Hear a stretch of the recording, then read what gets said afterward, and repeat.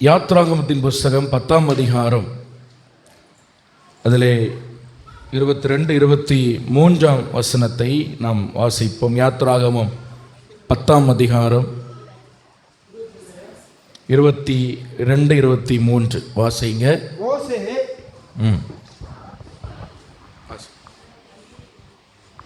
மோசே தன் கையை வானத்திற்கு நேராக நீட்டினான்.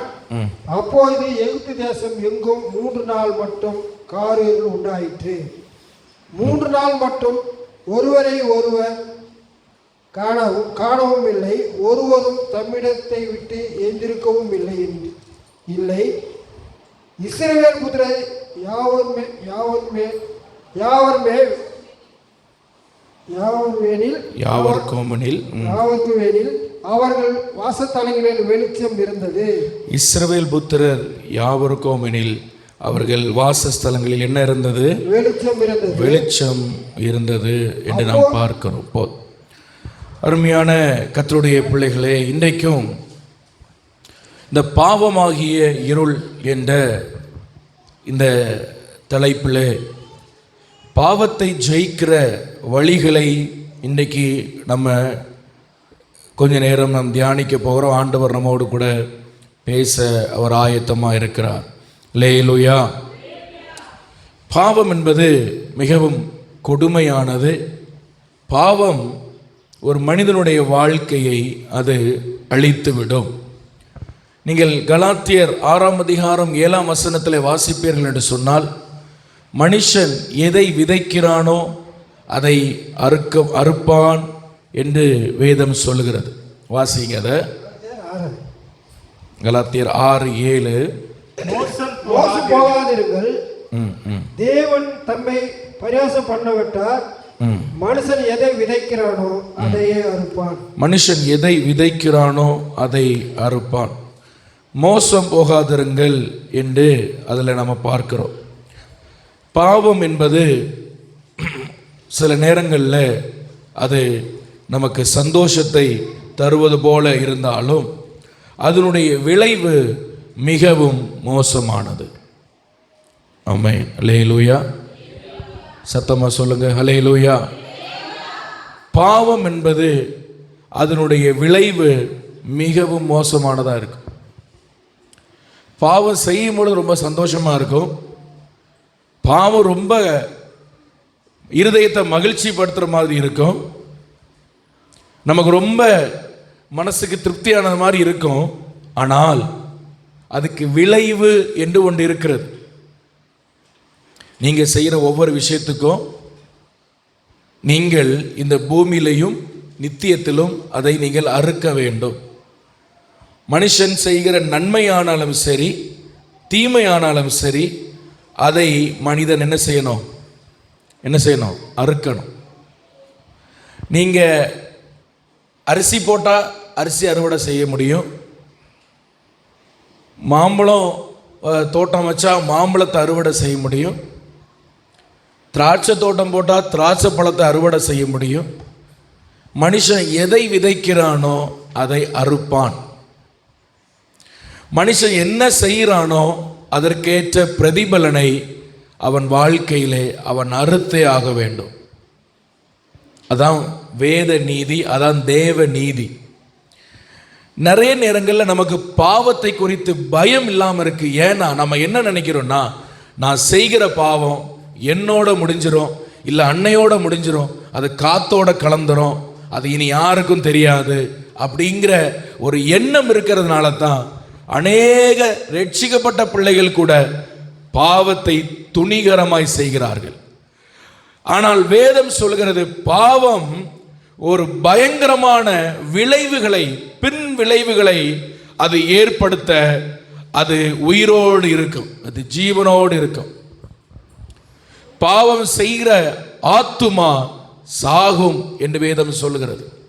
பாவத்தின் சம்பளம் என்று ஒன்று இருக்கிறது. அந்த சம்பளம் என்னன்னா மரணம்.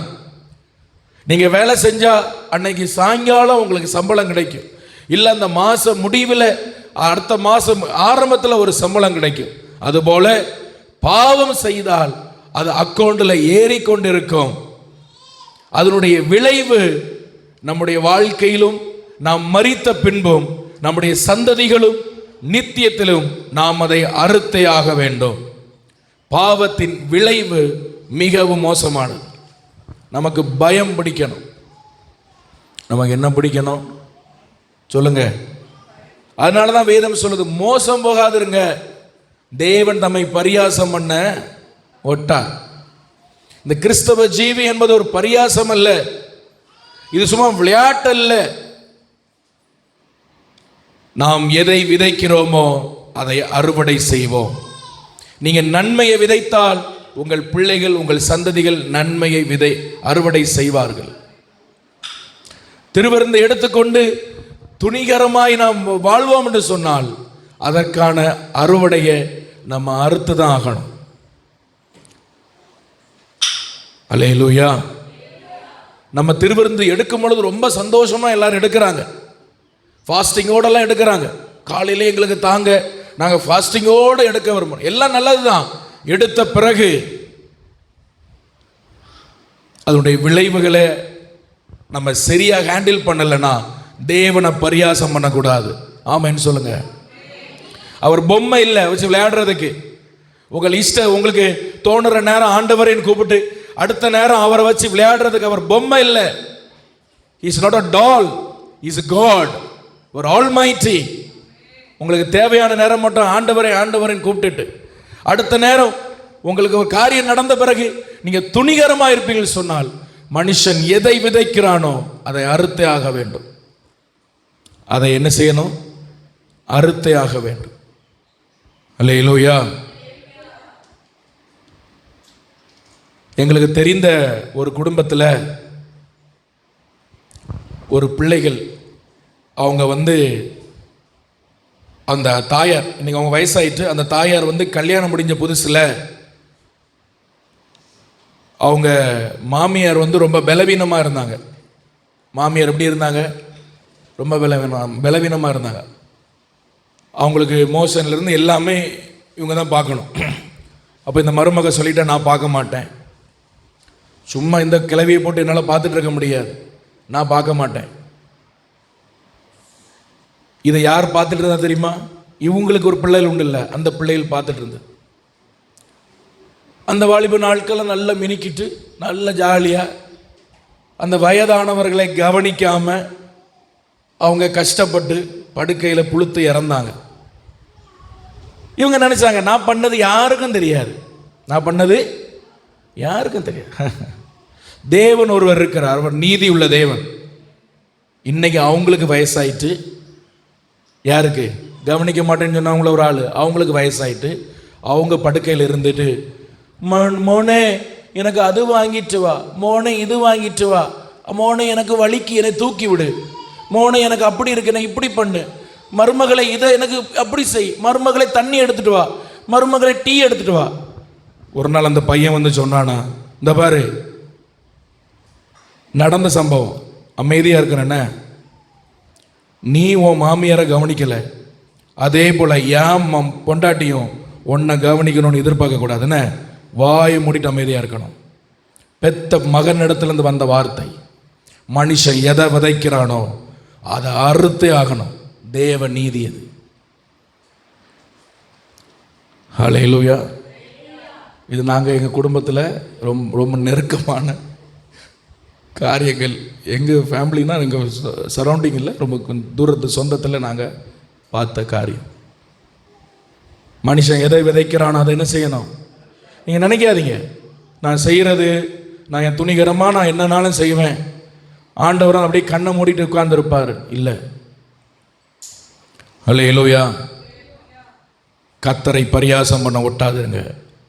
இந்த காலை வேளையிலும் பாவத்தை ஜெயிக்கிற 3 வழிகளை கர்த்தருடைய ஆவியானவர் உங்களோடு பேச விரும்புகிறார்.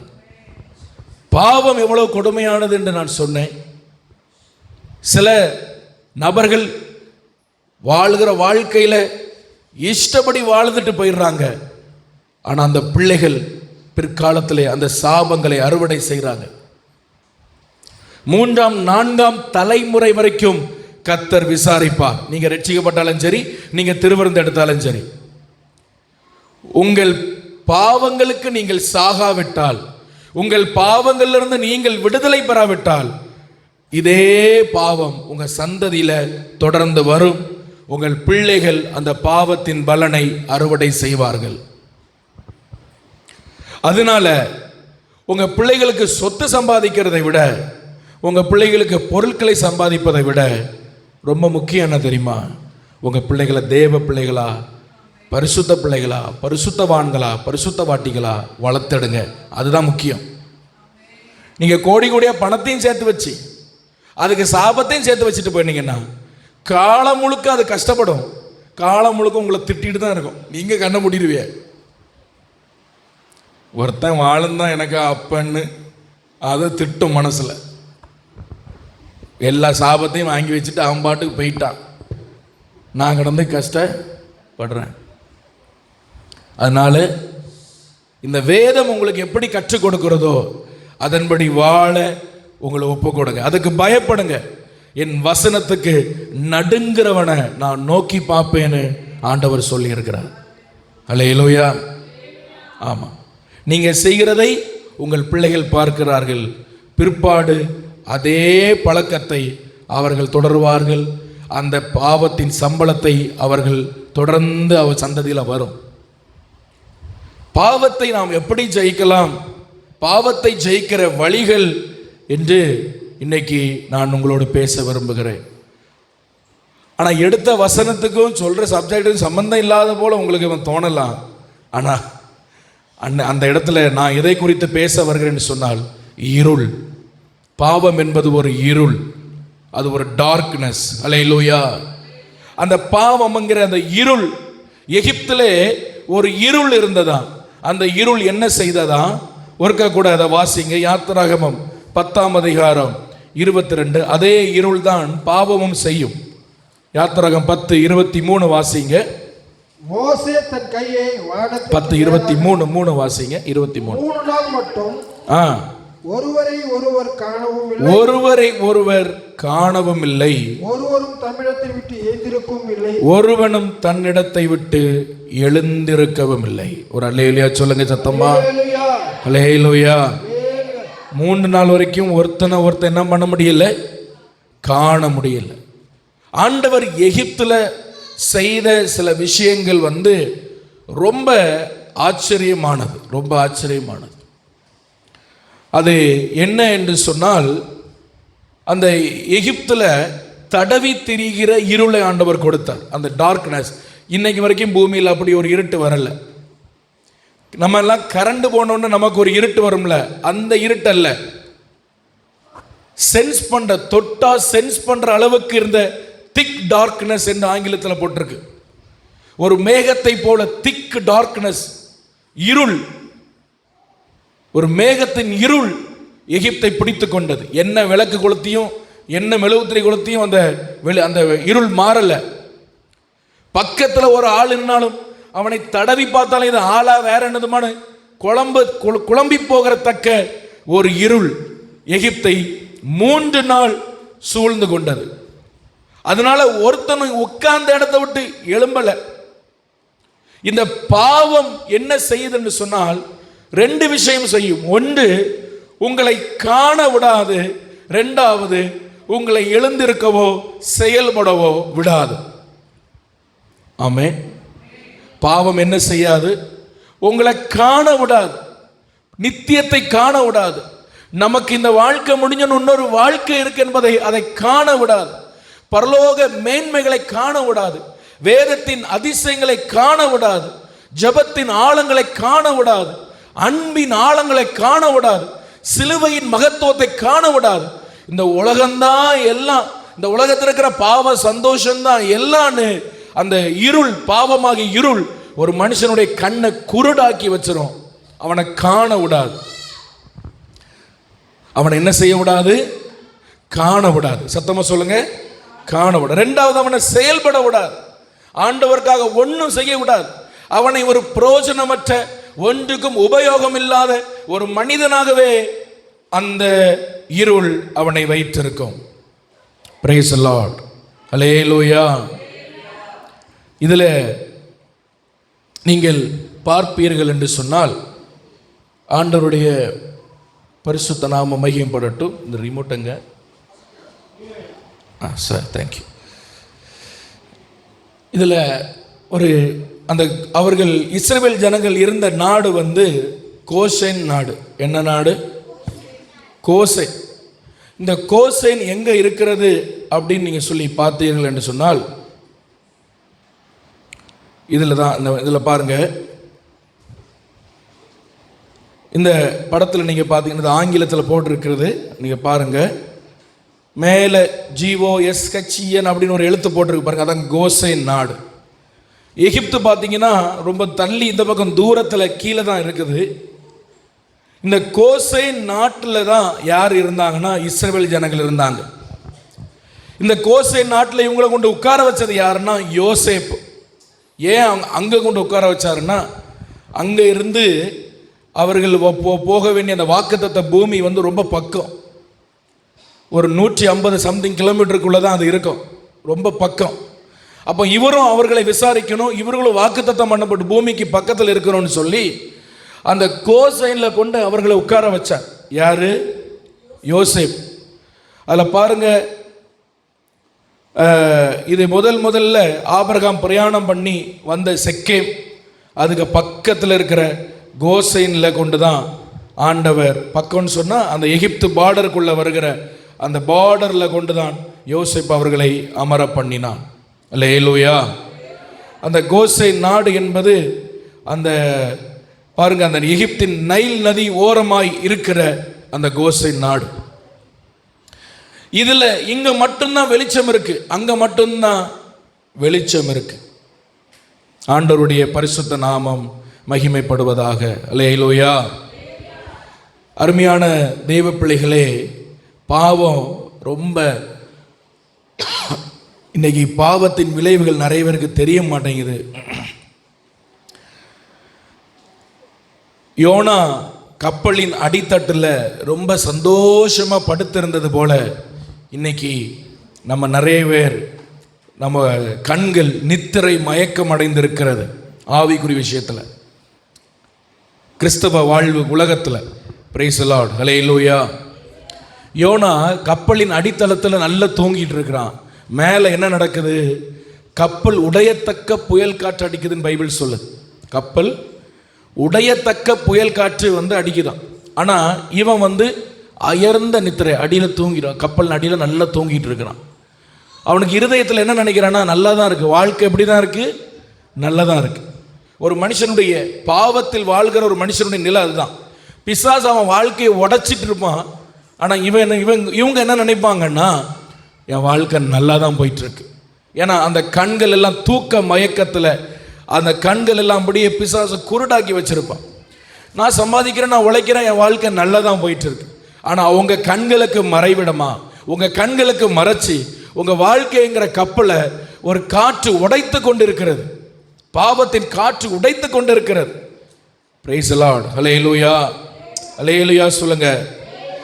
அதனால இவர்களுக்கு வாழ்க்கை ரொம்ப கடினமாய் மாறிற்று.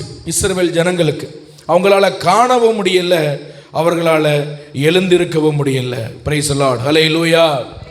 இந்த பாவத்தின் இருளிலிருந்து மனிதனை, உலகத்தை கர்த்தர் விடுதலையாக்க முடியாதான் இயேசு இந்த பூமியிலே வந்தார்.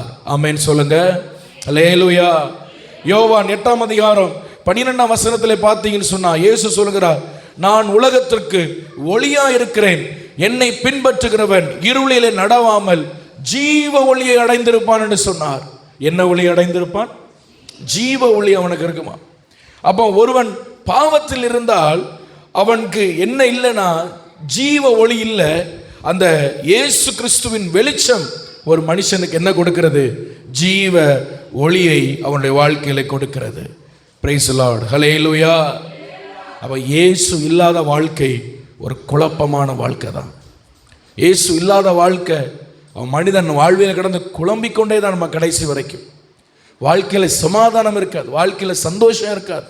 இயேசு இல்லாத வாழ்க்கை ஒரு விரக்தியான, இயேசு இல்லாத வாழ்க்கை ஒரு சமாதானம் இல்லாத, அவருடைய பிரசன்னம் இல்லாத வாழ்க்கை ஒரு நிம்மதி இல்லாத ஒரு குழப்பத்தின் வாழ்க்கையாகத்தான் இருக்கும். அந்த இருள் ஒரு குழப்பத்தை குறிக்கிறது. அல்லேலூயா. எனவே பாருங்க, நம்ம இந்த எகிப்தில் ஆகிய இந்த உலகத்தில் இருந்தாலும் கோசேன் நாட்டில் வெளிச்சம் இருந்தது போல நம்முடைய வாழ்க்கையில் வெளிச்சம் இருக்க வேண்டும். இயேசுவாகிய வெளிச்சத்தை ஒரு நாள் நாம் இழந்து போகவே கூடாது. அல்லேலூயா. எனவே இந்த பாவத்தை ஜெயிக்கிற 3 வழிகளில் நம்ம பார்க்கிறோம். முதலாவதாக எபேசியர் 4ஆம் அதிகாரம் 17ஆம் வசனம், 18ஆம் வசனம், 19ஆம் வசனத்தை வாசிப்போம். எபேசியர் 4ஆம் அதிகாரம் 17, 18, 19.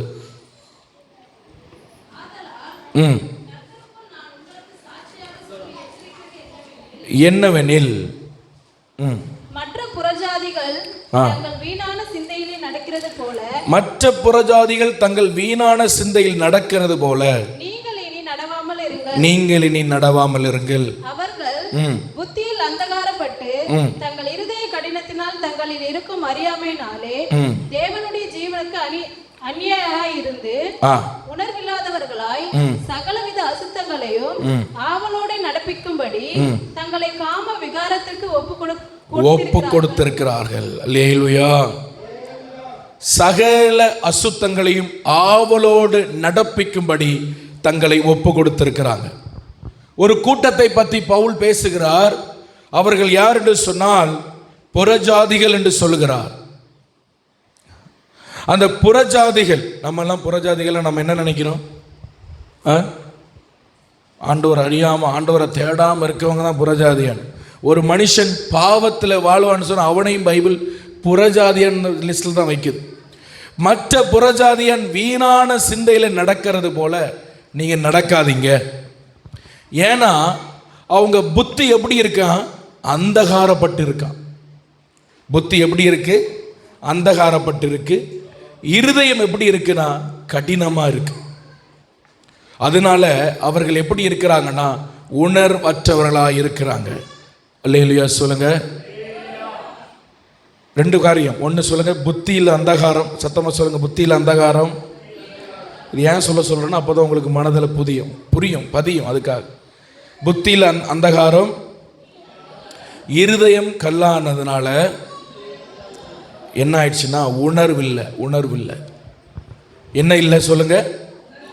அப்போ இன்னைக்கு காலை வேளையில் நம்ம ஒரு ஜெபத்தை செய்யணும். ஆண்டவரே என்னை உணர்வுள்ளவனாக்கும். நம்ம பாவத்தை ஜெயிக்கிற முதல் வழி என்னன்னா, நம்மளை ஆவியானவர் உணர்வுள்ளவர்களாய் மாற்றணும். ஒரு சின்ன விஷயத்துல கூட கர்த்தருக்கு பிரியமில்லாம நடந்தா அந்த உணர்வு நமக்கு வரத்தக்க அப்படி ஒரு ஜீவியத்தை நம்ம ஆண்டவர்கிட்ட கேட்கணும். நம்முடைய புத்தியில அந்தகாரம் இருக்கும் பொழுது, நம்முடைய இருதயம் கடினப்பட்டு இருக்கும் பொழுது அங்க என்ன இருக்காது? உணர்வு இருக்காது. அங்க என்ன இருக்காது சொல்லுங்க? உணர்வு இருக்காது. Praise the Lord. ஹல்லேலூயா. அங்க என்ன இருக்காது? உணர்வு இருக்காது.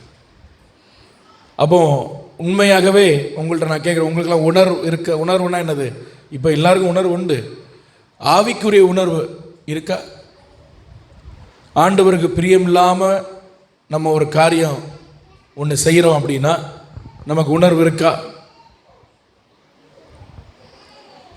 Praise the Lord. ஹல்லேலூயா. எப்படி உணர்வு இருக்கா? போன வாரம் நியூஸில் ஒரு நியூஸ் பார்த்தேன் செய்தியில். அது என்னன்னா, இந்து கோயில்களில் சினிமா பாடல் இனி ஒழிக்கக்கூடாதுன்னு ஒரு சட்டம் வந்திருக்கு. இந்து கோயிலில் திருவிழா நடக்கும் பொழுதோ பண்டிகைகள் நடக்கும் பொழுதோ என்ன போடக்கூடாதான்? அவங்க போட்டுக்க சட்டம் என்ன போடக்கூடாது? என் காதில் உள்ளே போதா, காதுக்குள்ளே போதா, சினிமா பாடு போடக்கூடாதுன்னு யார் சொல்லுது? ஆபாச நடனங்கள் பாடல்கள் கோயில் வளாகத்திற்குள்ளாக போடக்கூடாது, ஆடக்கூடாது என்று கவர்மெண்ட்ட பெர்மிஷன் கேட்டு வாங்கி வச்சுருக்காங்க. இப்போ பக்தி பாட்டை மட்டும்தான் போடும். ஒவ்வொரு சினிமா படம் ஆரம்பிக்கும் போதும் பூஜை போட்டு தான் அவங்க ஆரம்பிக்கிறாங்க. ஆனால் அவங்களே எப்படி இருக்கிறாங்க, இப்போ மாறிட்டாங்கன்னா சினிமா பாட்டு அவங்க வளாகத்துக்குள்ள வேண்டாம்னு அவங்களே வெறுக்கிற அளவுக்கு ஆயிடுச்சு. ஆனால் அவளை நிலை என்னன்னா, கிறிஸ்தவர்கள் இன்னும் அதை வெறுக்கலை. இன்னும் கிறிஸ்தவர்கள் அதை என்ன செய்யலை. ஒரு ஃபங்க்ஷன் நடக்கட்டு, பிள்ளைக்கு ஒரு ஃபங்க்ஷன் நடக்கட்டு, இல்லை வீட்டில் ஒரு ஃபங்க்ஷன் நடக்கட்டு, உடனே 4 பாக்ஸை மாட்டி பாஸ்டர் காலையில் வருகிற வரைக்கும் தூமாமே என் முழு உள்ளமேன்னு ஓடும். எப்போ? பாஸ்டர் வந்துட்டு ஜபத்தை போட்டுட்டு போகிற வரைக்கும் தான். அவர் போனதுக்கப்புறம் இவங்க சீடியை மாற்றிடுவாங்க, பென்ட்ரைவை மாற்றிடுவாங்க. அதுக்கப்புறம் காலம் முதல் சாயங்காலம் வரைக்கும் தகிட தான். அப்புறம் அந்த பிள்ளைக்கு வாழ்க்கையும் கடைசி வரைக்கும் தகிட தான். நமக்கு ஏன் இது பண்ணுறோன்னா என்ன இல்லை, உணர்வு இல்லை. உணரக்கூடாத ஆட்கள்லாம் உணர்ந்துட்டு இருக்காங்க. சபையே, உணரக்கூடாத ஆட்கள்லாம் இன்னைக்கு உணர்ந்துட்டு இருக்கிறாங்க. நமக்கு என்னைக்கு உணர்வு வரும்? அன்னைக்கு நான் ஒரு இடத்துல ஊரில் தான் பைபிள் காலேஜ் கிளாஸுக்கு போயிட்டு இருக்கும் பொழுது ஒரு கல்யாண வீடு காலையில் பாட்டு, கிறிஸ்தவ பாட்டு ஓடுது. எனக்கு ரொம்ப சந்தோஷமாக இருந்தது. பரவாயில்ல, கிறிஸ்தவ பாட்டு ஓடுது. இந்த எழுப்புதல் என்னைக்கு நம்ம திருவள்ளூர் வரப்போதா ஆண்டவரே, கன்னியாகுமரியில் இந்த எழுப்புதல் எங்கள் திருவள்ளூரில் என்னைக்கு வரப்போதோன்னு மனசில் நினச்சிட்டே போகிறேன். சாயங்காலம் 4 மணிக்கு திரும்ப வரேன், சினிமா பாட்டு ஓடுது. அதே பாக்ஸ் தான், அதே வீடு தான். அப்போ தான் நினச்சேன், ஓ ஃபாஸ்டர் வர்ற வரைக்கும் தான் இவங்களுக்கு என்னது அந்த கிறிஸ்தவ பாட்டு. நீங்கள் பாஸ்டர் ஆராதிக்கலாம், இயேசு ஆராதிக்கலாம். பாஸ்டர் வீட்டுக்கு வரணுமா, இயேசு வீட்டுக்கு வரணுமா? பாஸ்டர் வந்தால் போயிடுவார், இயேசு தான் இருப்பார். ஹல்லேலூயா. இன்னைக்கு பாஸ்டர் ஐஸ் வைக்கிற கிறிஸ்தவங்க தான் இருக்காங்க, இயேசுவை பிரியப்படுத்துகிற கிறிஸ்தவர்கள் இல்லை. ஏன் இப்படி இருக்கிறாங்கன்னா என்ன இல்லைன்னா உணர்வு இல்லை. என்ன இல்லை? உணர்வு இல்லை. அந்த பாட்டு கேட்கும்போது மனசுக்குள்ள நமக்கு ஆவியானவர் நமக்குள்ள இருந்தாருன்னா ஒரு உணர்வு இருக்கும். அதை கேட்கறதுக்கே ஒரு மாதிரி இருக்கும் நமக்கு. அது ஏன் இல்லைன்னா உங்க ஆவிக்குரிய வாழ்க்கை அப்போ அவ்வளவு மோசமா இருக்கு. உணர்வு இல்லாத ஆட்களை பற்றி சொல்றேன். உணர்வு இருந்துன்னா ஆண்டவர் உங்களை ஆசீர்வதிக்கட்டும். அல்லேலூயா. பாஸ்டர், தேவையில்லாததை நான் ஃபோனில் பார்க்க ஆன பிறகு எனக்கு உணர்வே வரலன்னா, brother sister, you are in danger. உங்க ஆவிக்குரிய வாழ்க்கை பிசாசு இருளுக்குள்ள வச்சிருக்கான். உணர்வே இல்லை பாஸ்டர், எனக்கு சினிமா பாட்டு வச்சால எனக்கு என்ன இல்லை, உணர்வே இல்லைம்மா பாஸ்டர். அது கேட்கும்போது ஒன்றும் வித்தியாசமே தெரியல. பெர்க்மான்ஸ் பாட்டுக்கும் சினிமா பாட்டுக்கும் வித்தியாசம் தெரியலன்னா, sister your life is in danger. பிசாசு உன்னை இருளுக்குள்ள வச்சிருக்கிறா. ஹல்லேலூயா. சும்மா ரோட்ல அங்கேயும் பார்க்க போகிறோம். போகும்பொழுது ஒரு சில பாட்டு உள்ள போகும்போது எவ்வளோ அசுத்தமாக இருக்கிறது. Praise the Lord. ஹல்லேலூயா. அதனால நல்லா கவனிங்க. உங்கள் வீட்டில் ஒரு ஃபங்க்ஷன் நடத்துனீங்கன்னா கவனிக்கிறீங்களா? எத்தனை பேர் கவனிக்கிறோம்? இல்லையே சொல்லுங்க. கடன் வாங்கி நடத்தப்படாது. என்ன வாங்கி நடத்தப்படாது? உங்கள்கிட்ட காசு இருந்துன்னா நடத்துங்க. காசு இருந்துன்னா என்ன செய்யுங்க? நடத்துங்க. கடன் வாங்கி உங்கள் பிரம்மாண்டத்தை காட்டப்படாது. கடன் வாங்கி என்ன காட்டக்கூடாது? இது இந்த கிராமங்களில் நான் பார்க்குறேன். ஐயோ, அவ்வளவு பணத்தையும் ஒரே நாளில் போட்டு இவங்க என்ன நினைக்கிறாங்கன்னா, நான் கல்யாணத்தை இல்லைன்னா நான் அந்த காது குத்த மிகவும் பிரம்மாண்டமாய் நான் நடத்திட்டேன் அப்படி ஒரு 10 பைசாக்கு பிரயோஜனம் கிடையாது. நல்லா சாப்பிட்டுட்டு என்ன தெரியுமா சொல்லுவாங்க? கொழுப்படுத்து தெரியுது, குடிக்கிறது கஞ்சி இல்லை, பெரிய ஃபங்க்ஷன் நடத்தாமனு சாப்பிட்டுட்டு திட்டிட்டு போவான். சாப்பிடாம திட்ட மாட்டான். உங்கள் கன்செல்லாம் சாப்பிட்டுட்டு உங்களே திட்டிட்டு போவான். எத்தனை நாள் என்கிட்ட கடன் வாங்கியிருக்கான், இன்றைக்கி பெருசாக முளைக்கிட்டு இருக்கான், மனசில் திட்டிட்டு நல்ல யாப்பம் விட்டுட்டு போவான். நான் என் வாழ்க்கையில் எனக்கு தெரியுமானது, பிள்ளைகளுக்கு ஃபங்க்ஷன் வந்தாலும் என்ன வந்தாலும் நான் இப்போவும் உண்டு. நேற்று என்ன கேட்டான் என் ஃப்ரெண்ட், டேடி எனக்கு பர்த்டே ஃபங்க்ஷன் நான் சொன்னேன், ஒரு கொண்டாட்டம் கிடையாது. உன்னை கூட்டிகிட்டு போய் அநாத ஆசிரமங்கள் எதாவது இருந்துன்னா, இல்லைன்னா முதியோர் எதாவது இல்லைன்னா உன் கையில் காசை கொடுத்து அவங்க கையில் கொடுக்க சொல்லுவேன். அவங்களுக்கு 4 பேருக்கு சாப்பாடு போடணும், பேசாமல் ஒரு கேக்கை சாப்பிட்டுட்டு ஒரு ட்ரெஸ்ஸை வாங்கி தருவேன், வந்துக்கிட்டே இருக்கணும். இதுதான் உனக்கு பர்த்டே. அவன் உடனே ரொம்ப சந்தோஷமாயிட்டான். சரி டாடி, நம்ம வந்து அங்கே போகலாம் இங்கே போகலான்னு. அப்படி வளர்க்கணும், அப்படி வளருங்க. உங்களால் முடிஞ்ச ஒரு 1000 ரூபாவை எடுத்து ஒரு 4 பேருக்கு இல்லை ஒரு 10 பேருக்கு ஒரு பிரியாணி வாங்கி கொடுங்க. பரலோகம் அதை கணக்கில் வச்சிருக்கோம். ஆமேன்னு சொல்லுங்க. அல்லேலூயா. அந்த ஆசீர்வாதம் உங்கள் பிள்ளைகள் மேல் வந்து இறங்கும். இன்னைக்கு இந்த ஃபங்க்ஷன்ஸ்லாம் நான் பார்க்குறேன், ஐயோ அவங்க பண்ணுகிற அலப்பறைகள் ஆண்டவரே, அவங்க கை உண்மையாக மற்ற நாட்களில் பார்த்தா பஞ்சத்தில் அடிபட்டது போல் உட்காந்துருப்பாங்க. ஒரு சார் காசுக்கே வழி இல்லை, அதுக்கு வழி. ஆனால் ஒரு ஃபங்க்ஷன் பண்ண இவங்களுக்கு எவ்வளோ காசு எங்கேருந்து வந்தது? ஒரு நாள் கூத்துக்கு ஒரு நாள் இதெல்லாம் பண்ணக்கூடாது. இந்த ராமந்தனில் ஃபுல் காஸ்பல் சபையில் ஆராதிக்கிற பிள்ளைகள் இதுக்கெல்லாம் நீங்கள் சாட்சியாக மாறணும். அல்லேலூயா, அல்லேலூயா. ஆமாம், இதெல்லாம் சாட்சியாக நீங்கள் மாறணும். இந்த மாற்றம். அவன் பிள்ளைக்கு ஃபங்க்ஷனுக்கு நான் 500 ரூபா மொய் வச்சேன், அதனால் அவன் எனக்கு திருப்ப 500 ரூபா வைக்கணும்னு சொல்லி இவங்க 2000 ரூபா டீசல் போட்டு போவாங்க அந்த வீட்டுக்கு, வேன் பிடிச்சி. இதெல்லாம் தேவையா உங்களுக்கு? அல்லேலூயா, அல்லேலூயா சொல்லுங்க. நல்ல ஞானமாக ஒரு காரியத்தை செய்து உங்கள் பட்ஜெட்டுக்குள்ளே நீங்கள் வாழ பழகுனா கர்த்தரே அதை பார்த்து உங்களை ஆசீர்வதிப்பார். ஆமே, ஆண்டவர் அதை பார்க்குறார். நீங்கள் எப்படி உங்கள் காசுகளை நீங்கள் செலவு பண்ணுறீங்க, எப்படி அதை நீங்கள் மெயின்டைன் பண்ணுறீங்க, அதை ஆண்டவர் பார்க்குறார்.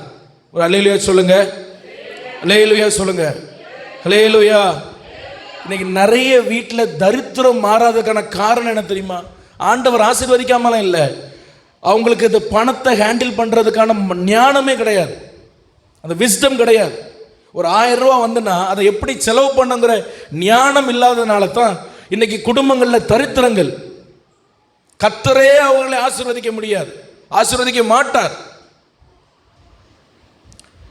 இன்னைக்கு நிறைய பிரசங்கம் கேட்குறாங்க, அது ப்ராஸ்பரிட்டி, கர்த்தர் உன்னை அப்படி மாற்றுவார் இப்படி மாற்றுவார். எல்லாம் மாற்றட்டு, சரிதான், நல்லா இருங்க, ஆசீர்வாதமாக இருங்க. ஆனால் வந்த ஆசீர்வாதத்தை எப்படி பயன்படுத்தணுங்கிற ஒரு உணர்வு எனக்கு வேணும். ஆமேன்னு சொல்லுங்க, அல்லேலூயா. உணர்வு இருக்கணும். இன்னைக்கு நிறைய சபைகள் அதை சொல்லி கொடுக்கறது இல்லை. பொதுவாக என்ன சொல்கிறாங்கன்னா, ஒரு ஆசீர்வாத பிரசங்கத்தை எடுத்து உன்னை நீர்ப்பாய்ச்சலான தோட்டமாக்குவார், வயல்வெளியாக்குவார், அதாக்குவார், எல்லாம் ஆக்கட்டு, சரிதான். நீங்கள் எப்படி ஆண்டவர் தருகிற ஆசீர்வாதத்தை எப்படி நீங்கள் அதை பயன்படுத்துறீங்க? இஷ்டத்துக்கு செலவு பண்ணுறீங்களா, இல்லை ஞானமாக செலவு பண்ணுறீங்க? கர்த்தர் அதை பார்க்குறார். நீங்கள் நினைக்கிறீங்களா பார்க்கலன்னு? God sees that. ஆண்டவர் அதை பார்க்குறார். ஒவ்வொரு ரூபாயும் கர்த்தர் எனக்கு தந்த, நான் சம்பாதிச்சேன்னு சொல்லாதீங்க, கர்த்தருடைய கிருபையினால் அது எனக்கு கர்த்தர் தந்தது. அப்போ அதை எப்படி நான் செலவு பண்ணுறேன், யாருக்கு கொடுக்குறேன், எப்படி பண்ணுறேன், இப்படி நீங்கள் பண்ணி பாருங்க. ஆண்டவர் உங்களை ஆசீர்வதிப்பார், ஆண்டவர் உங்களை உயர்த்துவார், ஆண்டவர் உங்களை நடத்துவார். பிரைஸ் தி லார்ட், ஹல்லேலூயா. இது சும்மா பிரசங்கத்துக்காக சொல்ல, நான் அனுபவித்து சொல்கிறேன். ஒரு குறிப்பிட்ட விஷயத்தை தசமபாகம் இன்னும் எடுத்து வச்சிடணும். அது ஆண்டவருக்குரியது, நமக்குரியது கிடையாது. வருகிற வருமானத்தில் 10ல் 1 கர்த்தருக்குரியது. நான் ஆரம்ப நாட்களில் ஆண்டவர் நான் பொறுத்தணும், ஆண்டவரை எனக்கு தருகிற 10 ரூபாவில் நான் தசமாக வைப்பேன். எனக்கு நீ ஒரு 10 ரூபா தந்தா 9 ரூபா தான் நான் எடுப்பேன், 1 ரூபா உமக்கு ஆண்டவரே. இன்னைக்கு வரைக்கும் கர்த்தர் நடத்துறார். ஹல்லேலூயா, ஹல்லேலூயா. அப்புறம் மிச்ச காசு எடுங்க, வச்சு ஜெபம் பண்ணுங்க. யாருக்கு என்ன கொடுக்கணும் கொடுங்க, எது பொருள் வாங்கணுமோ அதை ஞானமாக ஜெபம் பண்ணி வாங்குங்க. ஒவ்வொரு காரியத்தையும் ஜெபித்து ஜெபித்து அந்த பணத்தை செலவு பண்ணுங்க. மாதம் முதல் நாள்லேருந்து 15ஆம் தேதிக்குள்ள கிறிஸ்மஸ் நியூ இயர் எல்லாம் கொண்டாடி முடிச்சிடாதீங்க. ஒரே சம்பளம் வந்த உடனே கறி தான், மீன் தான், மட்டனு தான். 15 நாள் முதல் 15 நாள், அதுக்கப்புறம் முதல் 15 நாள் என்னது?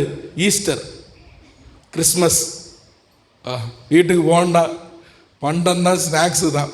அதுக்கப்புறம் 16ஆம் தேதியிலேருந்து அடுத்த 31ஆம் தேதி வரைக்கும் துக்க வெள்ளி. இழுத்து போவோம் வண்டி. ஏறுகிறார் தள்ளாடி தவழ்ந்து. பிரதர் 1000 ரூபா கடன் கிடைக்குமா? சிஸ்டர் ஒரு 500 ரூபா இருக்கா? குழுலேருந்து எடுத்தாரேலாம். இழுத்து போவோம் அந்த 31ஆம் தேதி வரைக்கும். அடுத்த 1ஆம் தேதி சம்பளம் வரை இங்கே வெயிட் பண்ணிகிட்டே உட்காந்துருப்பாங்க.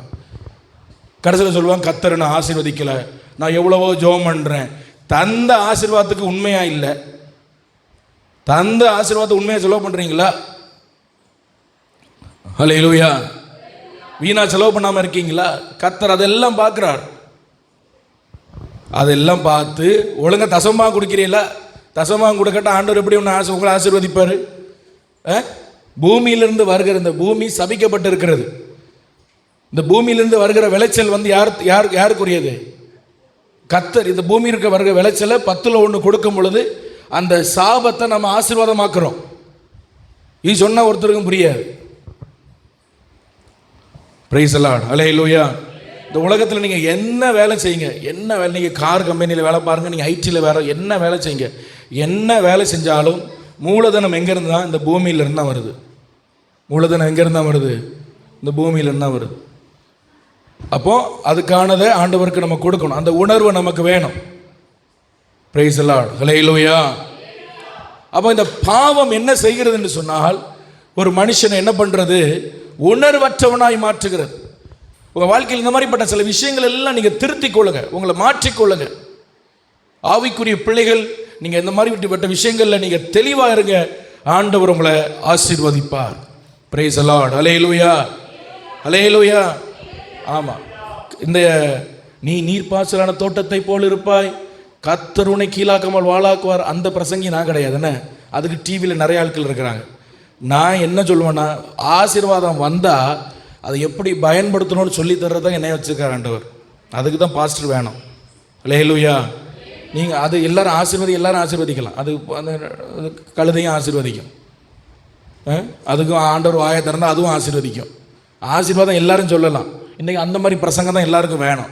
பாஸ்டர் வந்து இன்றைக்கி பிளெஸ்ஸிங்கான வேர்டை எடுக்க மாட்டேங்காரு. பிளெஸ்ஸிங்கான வேர்டு, பிளெஸ்ஸிங் எப்படி வரும்? ஆசீர்வாதம் எப்படி வரும்? நம்ம ஞானமாக இருந்தால் தானே ஆசீர்வாதம் வரும், ஆசீர்வாதம் நிற்கும். ஹல்லேலூயா. ஸோ முதல்ல ஒரு மனுஷன் எப்படி மாறணும்? உணர்வுள்ளவனாக மாறும். ஆண்டவர்கிட்ட அதை கேளுங்க, என்னை உணர்வுள்ளவனாக்கும். தாவீது தன்னுடைய வாழ்க்கையில் அதிகமாக ஜெபித்த ஒரு ஜெபம் என்ன தெரியுமா? என்னை உணர்வுள்ளவனாக்க ஆண்டவரே. நீங்கள் சங்கீதத்தை எடுத்து படித்து பாருங்கள், பார்த்துருப்பீங்க. அவன் பண்ண நிறைய ஜெபத்தில் நிறைய பாயிண்ட் அவன் சொல்லுவான். என்னை உணர்வுள்ளவனாக்கும், இப்படி வசனத்தை கை கொள்ள உணர்வுள்ளவனாக்கும், என்னை உணர்வுள்ளவனாக்கும். நான் ஒரு மாதிரி இந்த ஆவிக்குரிய அந்த குருட்டாட்டத்தில் வாழக்கூடாது, என்னை உணர்வுள்ளவனாக்கும். அப்படியே அவன் அதிகமாக ஜெபம் பண்ணான். அப்போ முதல்ல இந்த புத்தியில் இருக்கிற இந்த அந்தகாரம் மாறி நம்முடைய புத்திகளில், இந்த சிந்தைகளில் கர்த்தருடைய வெளிச்சம் உதிக்கும் என்று சொன்னால், அதுவே பாவத்திலிருந்து நாம் விடுதலை ஆவதற்கான முதல் வழி என்று நான் சொல்லுவேன். அல்லேலூயா. இரண்டாவதாக எபேசியர் 2ஆம் அதிகாரம் 3ஆம் வசனம் வாசிப்போம். எபேசியர் 2:3. நாம் எல்லாரும் முற்காலத்திலே நமது மாம்ச இச்சையின்படியே நடந்து. எபேசியர் 2:3 தானே? 2 வாசிங்க. சாரி. அவைகளில் நீங்கள் முற்காலத்திலே இவ்வுலக வழக்கத்தின்படியாகவும் கீழ்ப்படியாமையின் பிள்ளைகளிடத்தில் இப்பொழுது கிரியை செய்கிற ஆகாயத்து அதிகார ஆவிக்கேற்றவும் படியும் நடந்து கொண்டீர்கள். அல்லேலூயா. கீழ்ப்படியாமையின் பிள்ளைகளிடத்தில் கிரியை செய்கிற ஒரு ஆவி. என்னது? ஒரு ஆவி. அந்த ஆவிக்கு பேர் என்னன்னா ஆகாயத்து அதிகார பிரபு. எல்லாரும் அல்லேலூயா சொல்லுங்க. அப்போ இந்த உலகத்தில் கீழ்ப்படியாமை, வேதத்துக்கு கீழ்ப்படியாமை அப்படிங்கிற ஒரு காரியம் இருக்கு. நிறைய சபையிலுக்குள்ளேயும் அவங்க வெளிப்பிரகாரமாக தெரியல, ஆனால் உண்மையாகவே அவர்களால் வசனத்துக்கு கீழ்ப்படிய முடியலை, வார்த்தைக்கு கீழ்ப்படிய முடியலை, சத்தியத்துக்கு கீழ்ப்படிய முடியல. இதுக்கு பேசிக்கான காரணம் என்னன்னா, இதுக்கு பின்னாடி ஒரு ஆவி ஒன்று கிரியை செய்யுது. அந்த ஆவி என்னன்னா ஆகாயத்து அதிகார பிரபு, பிரின்ஸ் ஆஃப் த ஸ்கைன்னு சொல்லுவாங்க. ஆகாயத்து அதிகார பிரபு. இவன் என்ன செய்யறான்னா கீழ்ப்படியாமையின் பிள்ளைகளுக்குள்ள அவன் கிரியை செய்கிறான். அப்போ தேவ பிள்ளைகள் இப்படிப்பட்ட கீழ்ப்படியாமைகள் உங்களுக்குள்ள இருக்குதுன்னு சொன்னா நீங்க என்ன பண்ணணும் அப்படின்னா, நீங்க அதிலிருந்து விடுதலை ஆகணும். யோனா கப்பலில் போய் கொண்டிருக்கும் பொழுது அவர்கள் கண்டுபிடிச்சிட்டாங்க. அவங்க இவனை தட்டி எழுப்புறாங்க, எழும்படா, என்னடா தூங்கிட்டு இருக்க, கப்பல் இப்போ இடிஞ்சு உள்ள மாதிரி இருக்கு, நீ என்ன தூங்கிட்டு இருக்கன்னு அவனை எழுப்புறாங்க. எழுப்பின உடனே அவங்க என்ன பண்ணுறாங்கன்னா, இந்த புயல் காற்று எதனால் வந்ததுன்னு கண்டுபிடிக்க முயற்சி பண்ணாங்க. புயல் காற்று எதனால் வந்ததுன்னு கண்டுபிடிக்க என்ன பண்ணாங்க? முயற்சி. அதுக்கு என்ன பண்ணாங்க சொல்லுங்க பார்ப்போம். சீட்டு போட்டாங்க. இப்போ கவனிங்க, ஒரு பிரச்சனை வருதுன்னா, ஒரு வாழ்க்கையில் ஒரு பிரச்சனை இருக்குன்னா அது எப்படி வந்ததுன்னு கண்டுபிடிக்க முயற்சி பண்ணோம். எனக்கு அவங்கள பார்த்து ரொம்ப ஆச்சரியம். அந்த கப்பலில் இருந்தவங்களுக்கு அந்த புயல் காட்டிலையும் சும்மா சத்தம் போட்டுட்டு இல்லாமல் அந்த சூழ்நிலை எதனால வந்ததுன்னு கண்டுபிடிக்க ஒரு அந்த ரூட்டுக்குள்ளே போனாங்க பாருங்க, வேருக்குள்ளே போனாங்க பாருங்க. இன்னைக்கு நம்ம கிறிஸ்தவ வாழ்க்கையில் நம்ம வளர முடியாமல் இருக்கிறதுக்கு, ஆவிக்குரிய வாழ்க்கையில் நான் வளர முடியாமல் இருக்கிறதுக்கு பிரச்சனை, ரூட் பிரச்சனை என்னன்னு நம்ம கண்டுபிடிக்கணும். ரூட் காஸ் அப்படின்னு சொல்லுவாங்க. வேர் அந்த வேர் என்ன, அதை நம்ம என்ன செய்யணும்? கண்டுபிடிக்கணும். கண்டுபிடிச்சி அதிலிருந்து ஒரு விடுதலையை நம்ம கர்த்தருடைய சமூகத்திலிருந்து உபவாசித்து ஜெபம் பண்ணி பெற்றுக்கொள்ளணும். நம்முடைய வாழ்வை கர்த்தருடைய ஆவியினால் நம்ம நிரப்ப வேண்டும். ஒரு அல்லேலூயா சொல்லுங்க. அல்லேலூயா. ஜெபிக்கிற பிள்ளைகளிடத்தில் ஆவியானவர் நிறைவாய் எப்பொழுதுமே அவர் தங்கி இருக்கிற தேவனாக இருக்கிறார். Price the Lord. அப்போ எனக்குள்ள ஏன் கீழ்ப்படியாமல் இருக்கு, ஏன் எனக்குள்ள பாவம் இருக்கு அப்படின்னு நம்ம யோசிச்சோம் அப்படின்னா, நீங்க ஒத்துக்கொள்ளணும், ஒரு ஆவி இதுக்கு பின்னாடி கிரியே பண்ணுது. ஒரு ஸ்பிரிட், இது ஒரு அசுத்த ஆவி. இதுல இருந்து நமக்கு பூரணமான ஒரு விடுதலை வரணும் அப்படின்னா நம்ம தேவ ஆவியினால் நம்ம நிரப்பப்படணும். அதான் 2வது பாயிண்ட். ஆவியானுடைய நிறைவு எனக்குள்ள உண்டாகும். ஒரு அல்லேலூயா சொல்லுங்க. தூங்காமல் இருக்கிறது தான் இந்த அல்லேலூயா சொல்கிறேன். Praise the Lord. அல்லேலூயா. அப்போ ஆவியானுடைய நிறைவான கிரியை நமக்குள்ள என்ன செய்யணும்? உண்டாகும். ஆவியானுடைய நிறைவான கிரியை உண்டாகும். தினமும் காலையில் எழும்பி ஆவியில் நிரம்பி நான் ஜெபிக்கிறேன் அப்படின்னு சொல்றவங்க கை தூக்கி காட்டுங்க பார்ப்போம். எங்க கை தூக்கி காட்டா? Price the Lord. புரியுதா? உங்க வாழ்க்கையில் உங்க பிரச்சனைகள் புரியுதா? உங்க வாழ்க்கையில் ஆவியானவருக்கு நீங்க இடம் கொடுக்கல, ஆளுகைக்கு இடம் கொடுக்கல, அதனால தான் சில பிரச்சனையிலிருந்து உங்களால் விடுதலை பெற முடியல. அப்படியே உங்களை பிசாசு கட்டுக்குள்ள வச்சிருக்கிறான். காரணம் என்னன்னா, நீங்க என்னெல்லாமோ மாம்சத்தில் முயற்சி பண்ணி பார்க்குறீங்க. ஆனால் எங்கே விடுதலை எடுக்கணும்னா, அங்கே ஒரு ஆவி ஒன்று கிரியை செய்து, அந்த ஆவியிலிருந்து நான் விடுதலை பெறணும். அந்த ஆகாயத்து அதிகார பிரபுவாகிய அந்த ஆவி இடத்துலேருந்து நான் என்ன பண்ணணும்? நான் விடுதலை பெறணும்.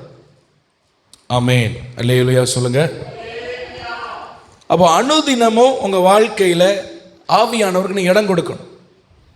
இங்கே வந்து ஆராதிக்கும் போது என்னால் ஒழுங்கு ஆராதிக்க முடியல, ஜெபிக்க முடியல, பாட முடியல, துதிக்க முடியலன்னா ஒன்லி ஒன் காஸ் என்னன்னா, நீங்கள் வந்து ஆண்டவரை அனுதினமும் காலையில் எழும்பி நீங்கள் ஆவியில் நிரம்பி ஜெபிக்காமல் இருக்கிறது தான் அதனுடைய பிரச்சனை. அதனுடைய பிரச்சனை. Praise the Lord. ஹல்லேலூயா. அப்போ நீ எப்படி ஜெபம் பண்ணுவீங்க? எனக்கு தெரியல. நீங்கள் எப்படி சும்மா உட்காந்து ஜெபம் பண்ணிடுவீங்களா? உங்களுக்கு மனசில் என்னெல்லாம் தோணுதோ அதெல்லாம் சொல்லிட்டு எழும்புவீங்க, அப்படியா? அனுதினமும் தேவ ஆவியால் நிரப்பப்பட்டு ஜபிக்க உங்கள் வாழ்க்கையை நீங்கள் ஒப்பு கொடுக்கணும். அதை நீங்கள் ப்ராக்டிஸ் பண்ணணும். இல்லைன்னு சொன்னால் கண்டிப்பாக சத்துரு உங்கள் வாழ்க்கையில் உங்களை முன்னேற அவன் விட மாட்டான். Praise the Lord. அல்லேலூயா. உங்கள் வாழ்க்கையில் அவன் முன்னேற உங்களை விடவே மாட்டான். நீங்கள் என்ன முயற்சி பண்ணி கொண்டு இருந்தாலும் ஒரு பக்கத்தில் உங்களை தட்டி தட்டி தட்டி தட்டி தட்டி உங்களை அப்படியே கீழே கொண்டு வந்துட்டே தான் இருப்பான். உங்கள் சரீரம் முழுவதும் தேவ ஆவியினால் ஆட்கொள்ளப்பட ஒப்பு கொடுக்க வேண்டும். நான் சொல்கிறது புரியுதா? அல்லேலூயா. ஆமாம். நல்ல வேலை செய்கிற நேரம் நல்லா வேலை செய்யுங்க, உழைக்கிற நேரம் உழைங்க, ரெஸ்ட் எடுக்கிற நேரம் தயவு செஞ்சு நல்லா ரெஸ்ட் எடுங்க. நல்லா என்ன பண்ணுங்க? நல்ல ரெஸ்ட் எடுங்க. அதனால தான் இங்கே வந்து உட்காந்து அவங்களுக்கு கண்ணை திறக்க முடியாமல் உட்காந்துருக்கீங்க. ரெஸ்ட் எடுக்கிற நல்லா ரெஸ்ட் எடுங்க. அதே நேரத்தில் ஜெபிக்கிற நேரம் நல்லா ஜெபிக்கணும். ஹல்லேலூயா. காலையில் எழும்புன முதல் வேலை என்ன செய்றீங்க? என்ன செய்வீங்க சொல்லுங்க, உண்மையை சொல்லுங்க. டீ போடுவீங்களா? காலையில் எழும்புன முதல் வேலை என்ன நடக்கும்? வீட்டில் உட்கார்ந்து தேவ சமூகத்தில் வேதத்தை வாசித்து உட்கார்ந்து ஜெபிக்க ஆரம்பிக்கணும். பிரைஸ் தி லார்ட், ஹல்லேலூயா. நான் அன்றைக்கி சொன்னேன், ஜெபிக்க ஆரம்பிக்கும் பொழுது நம்ம மாம்சத்தில் தான் நம்ம ஆரம்பிக்கிறோம், அப்புறம் தான் ஆவிக்குள்ளே நம்ம போவோம். ஸோ மாம்சம் ஜெபிக்க பிடிக்காது. இந்த மாம்சத்துக்கு என்ன பிடிக்காது? சத்தமாக சொல்லுங்கள், ஜெபிக்க பிடிக்காது. அதனால் ரொம்ப கஷ்டமாக தான் இருக்கும். ஆனாலும் அதை நம்ம அந்த டிசிப்ளின்குள்ளே, அந்த ஒழுக்கத்துக்குள்ளே நம்ம ஜெபிக்க பழக வேண்டும். Price the Lord, hallelujah. அப்போ ஆவியானுடைய நிறைவுக்கு உங்கள் வாழ்க்கையை நீங்கள் ஒப்பு கொடுக்கணும். மூன்றாவது, ரோமர் 3ஆம் அதிகாரம் 18ஆம் வசனம். ரோமர் 3:18.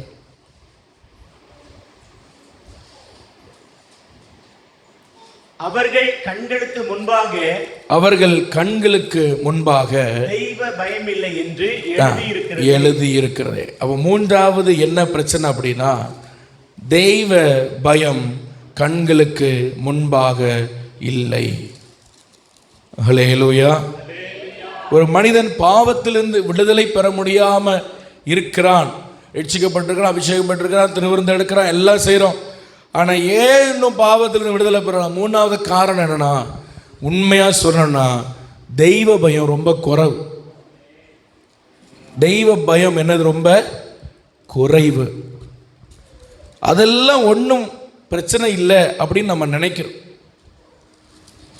தெய்வ பயம் நம்முடைய கண்களுக்கு முன்பாக இருக்க வேண்டும். அல்லேலூயா சொல்லுங்க, அல்லேலூயா. அதில் நீங்கள் ரோமரில் நீங்கள் 3ஆம் அதிகாரம் நீங்கள் பார்த்தீங்கன்னு சொன்னால் அதில் நிறைய பாவத்தினுடைய லிஸ்ட் கொடுக்கப்பட்டிருக்கிறது. எல்லா பாவத்துக்கும் காரணம் என்னென்னா, உண்மையாக சொல்லப்போனால் மூல காரணம் என்னென்னா தெய்வ பயம் இன்மை. அல்லேலூயா சொல்லுங்க. தெய்வ பயம் குறைந்து இருக்கிறது தான் இந்த பாவத்துக்கு மூலதனமான காரணம். அருமையான தெய்வ பிள்ளைகளை, நீங்கள் எவ்வளவு தூரம் தேவனுக்கு நீங்கள் பயப்படுறீங்க? சரி, இப்போ தேவனுக்கு பயப்படுறதுனா என்ன? நீங்கள் அதை எப்படி டிஃபைன் பண்ணுவீங்க? எப்படி அதை இது பண்ணுவீங்க? சொல்லுங்கள் பார்ப்போம். தேவனுக்கு பயப்படுறதுனா நீங்கள் என்ன நினைக்கிறீங்க? என்ன பண்ணுவீங்க? அது என்ன? அது ஆக்சுவலாக என்னது? சொல்லுங்கள் சார், பாய் தந்து பேசுங்க.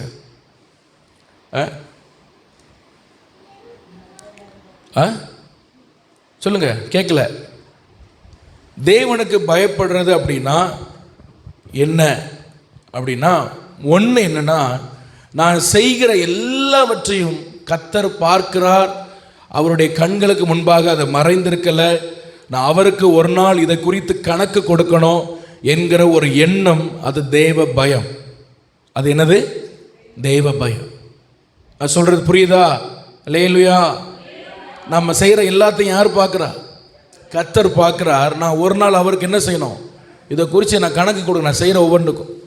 ரெண்டாவது, நான் பண்ணுகிற ஒவ்வொரு விஷயமும், நான் பேசுகிற ஒவ்வொரு காரியமும், நான் சிந்திக்கிற ஒவ்வொரு விஷயமும் நான் பெற்றுக்கொண்ட ஆவியானவரை துக்கப்படுத்தும் என்பதை நினைத்து அதை துக்கப்படக்கூடாது என்று நினைக்கிறோம் பாருங்க, அது ஒரு வகையான தெய்வ பயம். அது இன்னொரு வகையான தெய்வ பயம். அல்லேலூயா. ஆவியானவரை நான் துக்கப்படுத்தக்கூடாது, அவருடைய பிரசன்னத்தை நான் இழந்துடக்கூடாதுன்னு ஒரு பயம் வருது பாருங்க. அந்த பிரசன்னம் என்னை விட்டு போயிடக்கூடாதுன்னு, அது ஒரு தேவ பயம். அப்போ கர்த்தர் கண்களுக்கு முன்பாக இன்னைக்கு பாவம் ஏன் நிற்கிறது அப்படின்னு சொன்னா, ஜீவியத்தில் ஏன் பாவம் ஆளுகை செய்யறதுன்னு சொன்னா, நம்முடைய கண்களுக்கு முன்பாக தெய்வ பயம் நமக்கு வேண்டும். ஹல்லேலூயா. 3 காரியம் சொன்னேன். முதல்ல, ஒரு மனிதனுடைய வாழ்விலை உணர்வுள்ளவனாய் மாறணும், அவன் ஆவியின் நிறைவுள்ளவனாய் மாறணும். மூன்றாவது, தேவ பயம் உள்ளவனாய் ஒரு மனிதன் மாற வேண்டும்.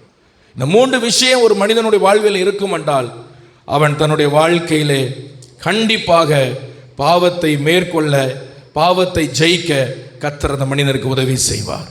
Price the Lord. Hallelujah, hallelujah. அதனால தேவனுக்கு பயந்து வாழ உங்க வாழ்க்கையை ஒப்புக்கொடுங்க. நீங்க செய்கிற ஒவ்வொரு விஷயத்தையும் கர்த்தர் பார்க்கிறார் என்கிற ஒரு எண்ணம் உங்களுக்குள்ள வரட்டும். உங்களுக்குள்ள அந்த அந்த அந்த பயம் வரட்டும். கர்த்தர் இருக்கிறான், கணக்கு கொடுக்கணும் என்கிற அந்த எண்ணம் உங்கள் வாழ்க்கையை மிகுந்த ஆசீர்வாதமுடையவளாய் உங்களை மாற்றும். ஹல்லேலூயா. எனவே கர்த்தர் அப்படியே உங்களை நடத்தி உங்களை ஆசீர்வதிப்பாராக. பாவத்தை ஜெயிக்கிற பிள்ளைகளாய் கர்த்தர் உங்களை மாற்றுவாராக என்று சொல்லி உங்களை ஆசீர்வதிக்கிறேன். நம்ம எல்லாரும் முழங்கால் பண்ணிடலாம்.